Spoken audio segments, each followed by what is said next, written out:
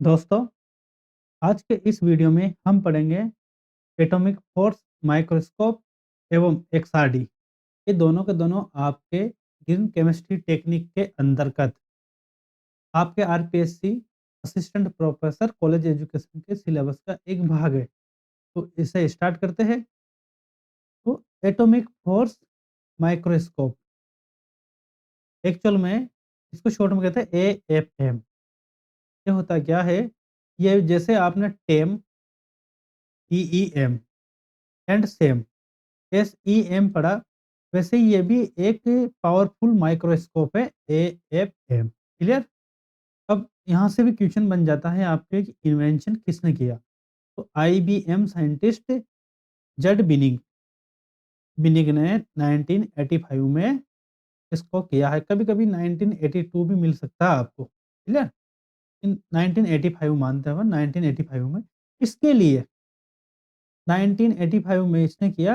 इसके लिए Z Binnig को फिजिक्स का 1986 में नोबेल प्राइज़ भी मिला है। क्लियर? क्लियर? तो इसका नाम क्या था? शॉर्ट फॉर्म क्या है? किसने खोज की? ये तो हो गया। अब देखते हैं आगे। देखिए, it is a very important tool to image and manipulate matter at nano scale. देखो, जो भी अपन टेक्नोलॉजी पढ़ रहे हैं, जैसे कि जो भी टेक्निक पढ़ी है, केम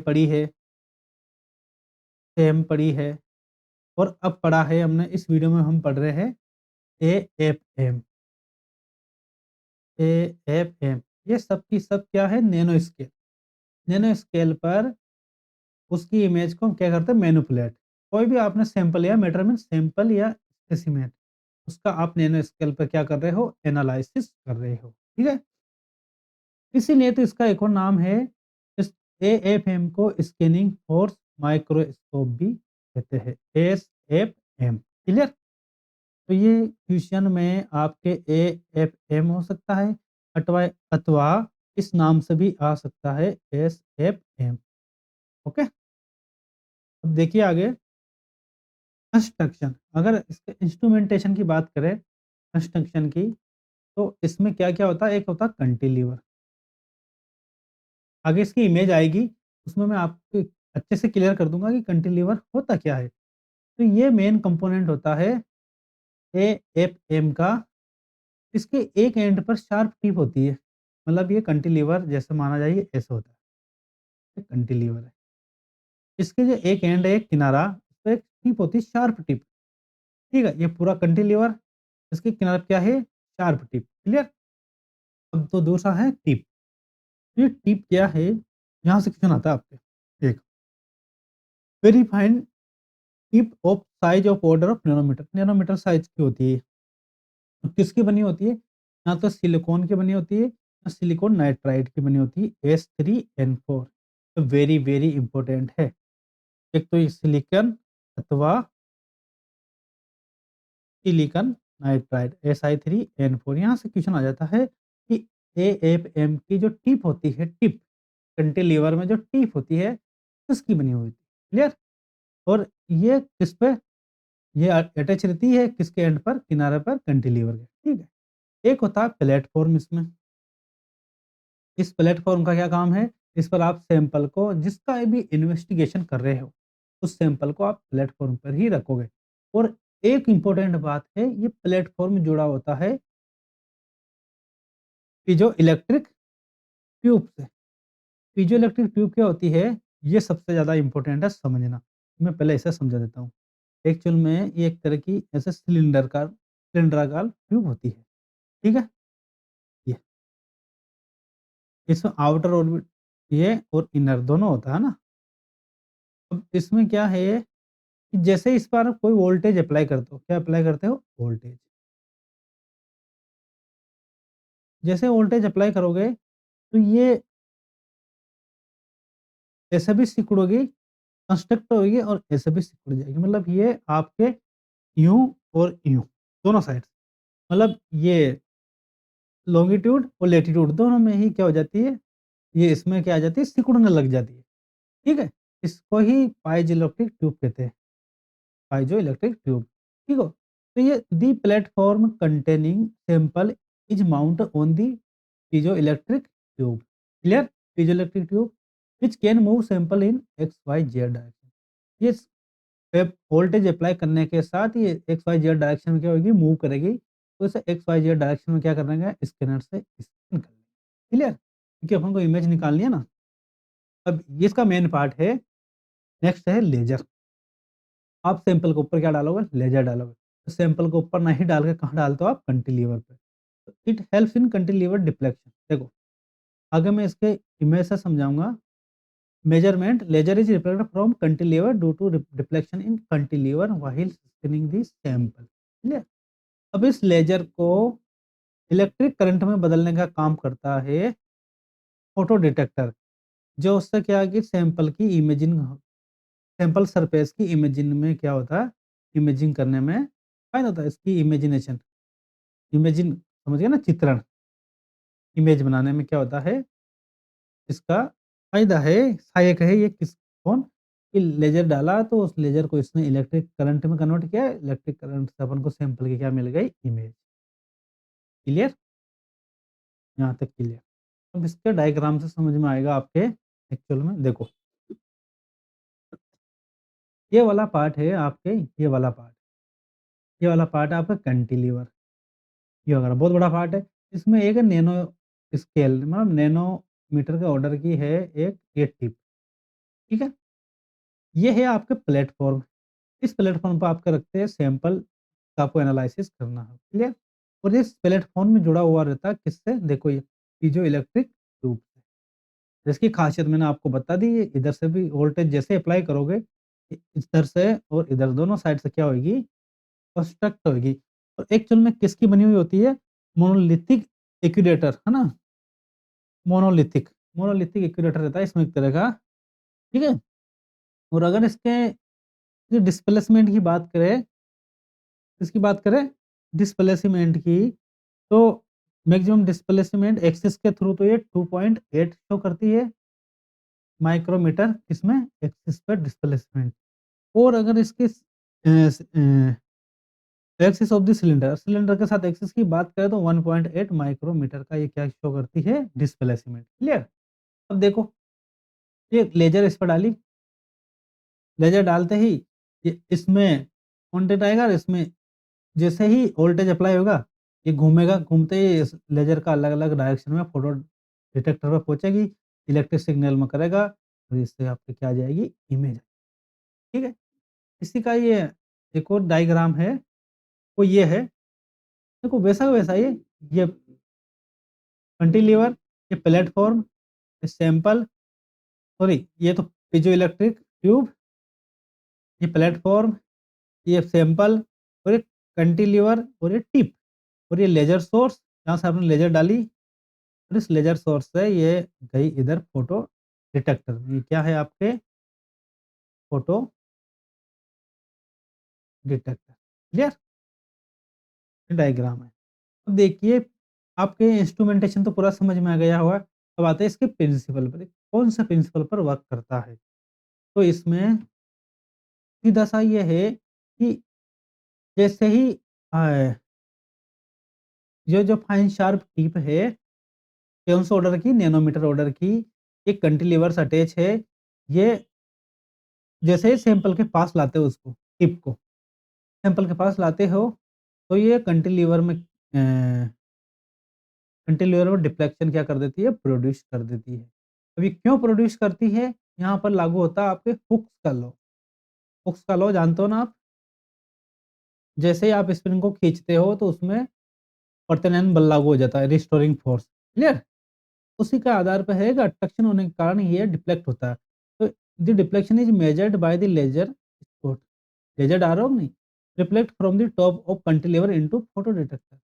तो जो डिफ्लेक्शन हुआ, ये लेज़र पहले यूँ जा रही थी, फिर जैसे कैंटिलीवर घूमा, तो लेज़र इधर चली गई। तो ये फोटो डिटेक्टर ने लेज़र को डिटेक्ट किया, उसके आधार पर ही आप वो मेजर डिफ्लेक्शन मेजर कर सकते हो, कितना डिफ्लेक्ट हुआ। अ, दूसरी बात, जो टिप है, आपके जो कैंटिलीवर में टिप जुड़ी हुई है, उस टिप के सैंपल के साथ टच होने, यहाँ की सैंपल एक तो कंडीशन है कि सैंपल के साथ ये टच हो सकती है। एक कंडीशन ये है कि सैंपल से के पास आ सकती है लेकिन टच नहीं करेगी। इन दोनों के बेसिस पर आपके 2 प्रकार की मेथड है, जिस पर ये वर्क करता है। एक है कॉन्टैक्ट मेथड, एएफएम की कौन-सी? Contact method. कॉन्टैक्ट मेथड में क्या होता है, दिस मोड इज़ यूज्ड, कौन-सा मोड है? Contact mode. इसमें क्या होता है, this mode is used for imaging solid substance.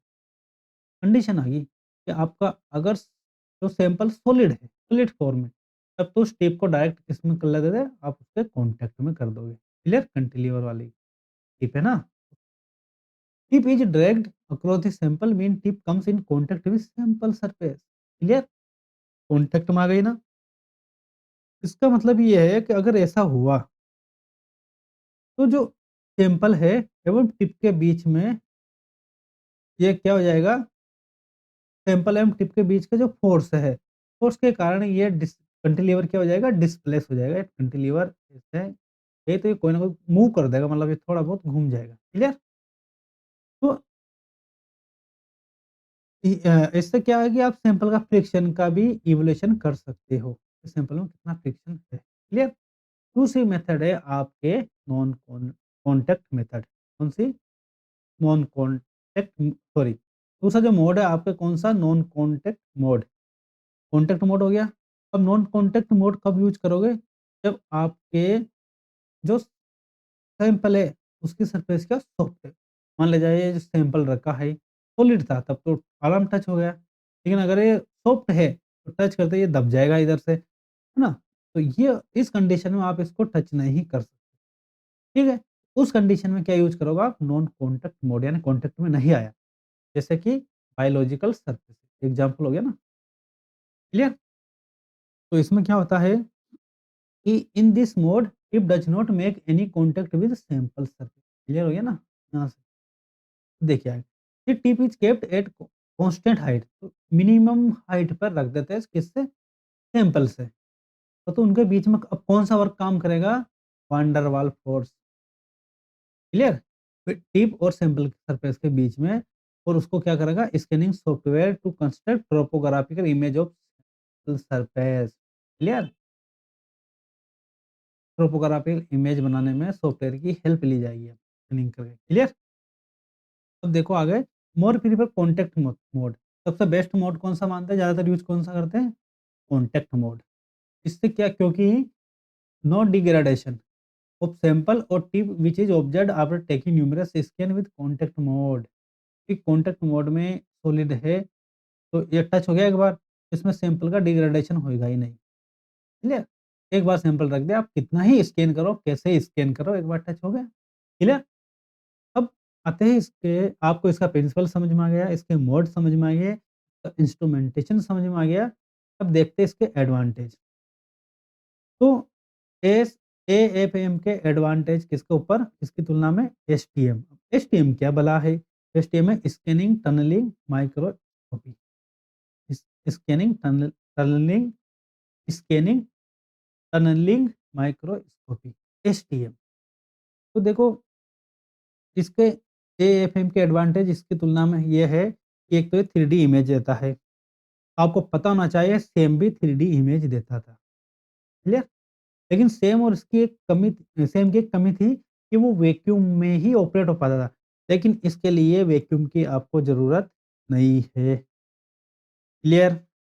दूसरी, सेम की भी हाई रिज़ॉल्यूशन पावर थी और इसकी भी क्या है? हाई रिज़ॉल्यूशन पावर है। क्लियर? और एक फ़ायदा ये है कि ये ऐसे सैंपल का भी इमेज बना सकता है, एनालिसिस कर सकता है, जो नॉन कंडक्टिंग हो, अचालक हो। क्लियर? जिनकी सरफेस क्या नॉन कंडक्टिंग, जैसे कि ग्लास, पॉलीमर आदि। क्लियर? इसका एक डिसएडवांटेज ये भी है कि अगर एएफएम और एसटीएम की तुलना करें, तो इसकी जो स्कैनिंग स्पीड है एएफएम की, वो एसटीएम की तुलना में क्या है? कम है। ये ज़्यादा जल्दी स्कैन करता है इसकी तुलना में। क्लियर? बल्कि ये 3D इमेज दे रहा है, वैक्यूम की ज़रूरत नहीं है। It take several minutes for a typical scan. बहुत समय ले सकता है, बहुत सारा मिनट ले सकता है। मिनट्स में ही लेता है वैसे। ठीक है? ये 2 डिसएडवांटेज है। तो आपके एएफएम समझ में आ गया होगा, एटॉमिक फ़ोर्स माइक्रोस्कोपी। अब नेक्स्ट है अपने XRD, XRD, X-ray diffraction, clear? तो शॉर्ट में कहते हैं एक्सआरडी। आपने एक्सआरडी खूब पढ़ा होगा, क्रिस्टलाइन स्ट्रक्चर पता करने के लिए, कोई आपने सैंपल सिंथेसिस किया, अगर उसमें क्रिस्टल बन रहे हैं, तो उनकी स्ट्रक्चर का पता करने का जो बेस्ट मेथड है, एक्यूरेट मेथड है, वो एक्सआरडी ही होती है। तो जो एक्स-रे की वेवलेंथ होती है, वो तो होती है 0.01 से 10 नैनोमीटर। यदि एंगस्ट्रॉम की बात करें तो 0.1 टू 100 एंगस्ट्रॉम, क्लियर? लेकिन एनालिटिकल पर्पज़ में जो एक्स-रे का यूज़ करते हैं हम, वो कितना लेता है 0.07 से 0.2 नैनोमीटर, इसी में एक्सआरडी हो जाती है। यानी 0.72 सॉरी 0.72 टू एंगस्ट्रॉम। ये आपके क्वेश्चन बनता है यहाँ से। क्वेश्चन बन सकता है कि एनालिटिकल पर्पज़ से कौन-सी रेंज यूज़ करते हैं, क्लियर? तो इसमें देखो एक्सआरडी में होता क्या है, जैसे सैंपल है, क्लियर? इस सैंपल पे आपने क्या डाली, एक्स-रे, इंसिडेंट रेडिएशन डाली, तो इसमें से कुछ तो क्या होगी, ट्रांसमिटेड। जो ट्रांसमिटेड होगी वो तो फ्लोरेसेंस रेडिएशन है, फ्लोरेसेंस स्क्रीन लगा देते हैं यहाँ, तो चमक उत्पन्न होती है और आपको पता चल जाता है, क्लियर? और जो डिफ्रैक्टेड रेडिएशन है, डिफ्रैक्टेड रेडिएशन ये, उसी से अपने को क्या मिलती है, इमेज, उसकी स्ट्रक्चर का पता चलता है, क्रिस्टलाइन स्ट्रक्चर का, क्लियर? तो जो एक्सआरडी है वो किस पे बेस्ड है, डिफ्रैक्टेड रेडिएशन पर। यहाँ से भी क्वेश्चन, क्लियर? और we can say the XRD based on scattering of X-rays. इसका मतलब डिफ्रैक्टेड कौन सी हो रही, जिनका स्कैटर्ड हो रही है, मतलब जो रेडिएशन स्कैटर्ड हो रही है क्रिस्टल से। जैसे वहाँ सेम और टेम आपने पढ़ा था, तो जो टीएम था उसमें तो ओनली हम ट्रांसमिटेड यूज कर रहे थे, और जो सेम था उसमें आप प्राइमरी से scattered electrons, secondary scattered electrons और एक्स तीनों यूज़ कर रहे थे ना? स्कैटर्ड समझ में आ गया ना? जो डिफ्रेक्टेड हो रही है वो स्कैटर्ड ही तो हो रही है एक तरह से, मतलब उससे परावर्तित हो रही है, क्लियर? तो देखिए, अब by using this method analyst can easily identify the crystal structure of any solid compound यानी sample which high degree of specificity of accuracy, ठीक है? मतलब वो सैंपल सॉलिड होना चाहिए और उसमें क्रिस्टलाइन स्ट्रक्चर होनी चाहिए, तभी तो पता चलेगा। This measure you to detect only the structure of crystalline solid. देखो, ये कंडीशन आ गई, अगर सॉलिड है, अगर वो नॉन क्रिस्टलाइन है, क्रिस्टलीय फॉर्मेशन नहीं है, क्रिस्टलीय स्ट्रक्चर नहीं है, तो आप एक्सआरडी यूज़ मत कीजिएगा। क्योंकि उसमें क्यों यूज़ करते हैं क्रिस्टलाइन सॉलिड में? क्योंकि क्रिस्टलाइन सॉलिड के पास रेगुलर स्ट्रक्चर होती है एंड उनके बीच की जो एक क्रिस्टल में 1, 2, 3, 4 प्लेन चलते हैं, उनके जो बीच की दूरी होती है, इंटरप्लेनर स्पेसिंग यानी डी, दूरी क्या होती है? सेम होती है, सबकी फिक्स होती है। ऐसा नहीं होता है कि ये एक सरफेस दूसरी लेयर तो पास है, तीसरी लेयर दूर है, चौथी लेयर और दूर है, ऐसा कभी नहीं होता। ये एक यूनिफ़ॉर्म डिस्टेंस पर अरेंज होती है। तभी तो आप क्रिस्टलाइन सॉलिड के लिए एक्सआरडी यूज़ करते हो, क्लियर? सबकी दूरी क्या है? सेम है, क्लियर? अब जो एक्सआरडी है कौन से लॉ पे? एक्चुअल में इसका प्रिंसिपल ये हो गया है, XRD work on Bragg's law. Bragg's law सब पढ़ कर आए हो। और एक क्वेश्चन यहाँ से बनता है कि Friedrich and Knipping successfully demonstrated the diffraction by X-ray by zinc sulphide crystal. सबसे पहले इसने यूज़ किया था डिफ्रैक्शन, एक्स-रे का डिफ्रैक्शन का डेमोन्स्ट्रेशन किया था कि क्रिस्टलीय फॉर्म एक्स-रे को डिफ्रैक्ट कर देती है, यानी कि स्कैटरिंग कर देती है। वो तो उसने किसके ऊपर किया था? जिंक सल्फाइड के ऊपर एक्स-रे डाली और उसकी डिफ्रैक्टेड देखा था। किसने? फ्रेडरिच एंड नीपिंग ने। क्लियर? एक क्वेश्चन बनता है आपके, एक क्वेश्चन आपके क्लियर हो गया। अब देखिए ब्रेक्स लॉ क्या होता है? ब्रेक्स लॉ क्या होता है, जब आपने एक्स-रे डाली, इंसिडेंट रेडिएशन है, तो ये जैसे ही लेयर में एटम कॉन्टैक्ट में आई, एलिमेंटल बेटा है यहाँ पर, तो ये स्कैटर्ड होगी, डिफ्रैक्टेड होगी। देखो एक तो ये जा रही, एक ये चलेगी इस डायरेक्शन में ये, ठीक है? तो यहाँ आप डाल दिया आपने इनको देखने के लिए। तो इंसिडेंट रेडिएशन और ये डिफ्रेक्टेड रेडिएशन। अब इस रेडिएशन इसके जो बीच की दूरी तो थी ये, दोनों को मिला दी तो क्या है डी, क्लियर? अब ये कौन से एंगल से इंसिडेंट हुई? थीटा से। इसको आगे बढ़ा दिया, क्लियर? अगर इसे आगे बढ़ा दिया तो आपने देखा होगा कि ये क्या है? ये भी थीटा है। अब ये थीटा है, तो आपने देखा होगा अगर इसको आगे बढ़ाऊँ मैं एक तरह से यहाँ पर, तो ये भी क्या हो जाएगा? थीटा। तो ये इसका थीटा और ये जितने से आई उतने एंगल से जा रही है तो ये भी थीटा, वही सेम एंगल, तो ये एक तरह का क्या होगा ये त्रिज्याभिमुखी कोण, इधर का ये भी क्या होगा? थीटा। तो इस पे और ये है 90 डिग्री पर यहाँ पर, ठीक है? तो त्रिभुज बन गया इसका लॉ से अब इक्वेशन निकलती है, वो इक्वेशन कौन-सी है? ब्रैग्स इक्वेशन क्या होती है? N lambda 2d sin theta. D जानते हो, लैम्ब्डा रेडिएशन का वेवलेंथ है ना? अब देखिए ये एन लैम्ब्डा है, एन लैम्ब्डा बराबर 2d sin थीटा। और डब्ल्यूएल ब्रैग ने दिया था इसको 1912 में, क्योंकि there is a many set of parallel plane in crystal, होते ही है सेट। देखो, when X-ray fall on a crystal, the electrons of atom crystal start vibrating with frequency of X-ray. सीधी सी बात ये है, इसका मतलब ये है, देखो एक पॉइंट और पढ़ लो फिर समझ में आ जाएगा। The electrons get accelerated and these electrons oblique charge re-emits radiation of frequency same to incident radiation. Actual में ये ब्रैग्स यूँ कह रहा है, इससे बोल रहा है कि जैसे ही आपने कोई ये क्रिस्टल का ये एटम है, इस पे रेडिएशन डाली, क्या डाली? एक्स-रे डाली, क्लियर? जैसे एक्स-रे आपने इस पे डाली, तो ये एटम क्या करने लग गया? वाइब्रेशन करने लग गया, कंपन करने लग गया।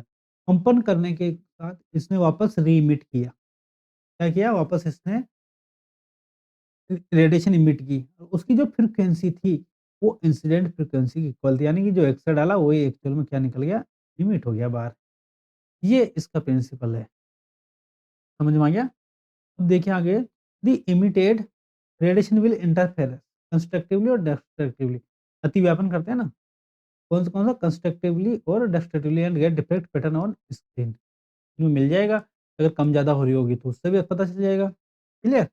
इसी के साथ आपकी एक्सआरडी भी खत्म होती है और आपके ये एएफएम भी खत्म होता है। तो आप इस वीडियो में पढ़ चुके हो आप एएफएम एंड एक्सआरडी। इससे पूर्व वाले वीडियो में पढ़ा चुका हूँ आपको टेम एंड सेम। तो मैं आशा करता हूँ कि आपके इन 4 ग्रीन केमिस्ट्री टेक्निक्स पढ़ी है, जिनसे आपके बहुत सारे क्वेश्चंस जो इसकी एक यूनिट है उसके सोल्व हो जाएँगे। तो इन वीडियो को देखिएगा और आपको कोई प्रॉब्लम आए तो कमेंट बॉक्स में अपना क्वेश्चन लिखिएगा। मैं उसके आंसर देने की पूरी कोशिश करूँगा। इसी के साथ धन्यवाद।